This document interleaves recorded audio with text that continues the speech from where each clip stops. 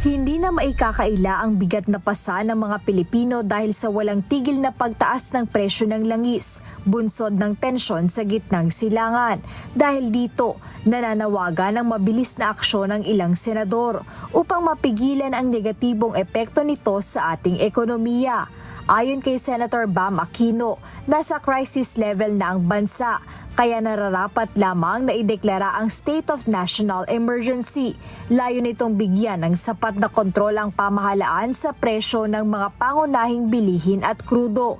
Paliwanag ni Senator Aquino, ang maagap na hakbang na ito ay makatutulong upang matugunan ang epekto ng record high na presyo ng langis na nagpapahirap sa publiko at sa iba't ibang industriya. Sa ilalim aniya ng nasabing deklarasyon, magkakaroon ang Pangulo ng mas malawak na kapangyarihan upang i-reallocate ang pondo ng gobyerno para sa pinansyal na ayuda.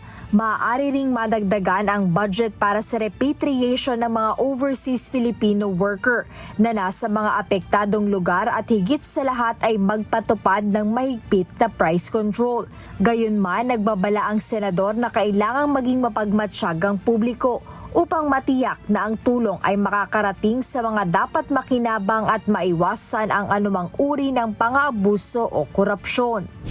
Samantala, iginiit naman ni Senate Committee on Foreign Relations Chairperson Senator Erwin Tulfo ang pagkakaroon ng absolute transparency sa tunay na gastos ng mga kumpanya ng langis sa halip na basta-basta na lamang nagtataas ng presyo tuwing may gulo sa ibang bansa.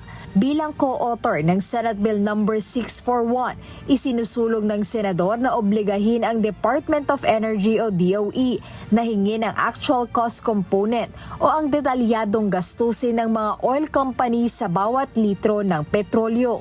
Kaugnay nito, dapat na aniyang tuldukan ang tila pagsasamantala sa mga external event o gulo sa ibang bansa para lang ipasa ang pasanin sa mga consumer. Jed Neresina, humahataw sa balita ngayon.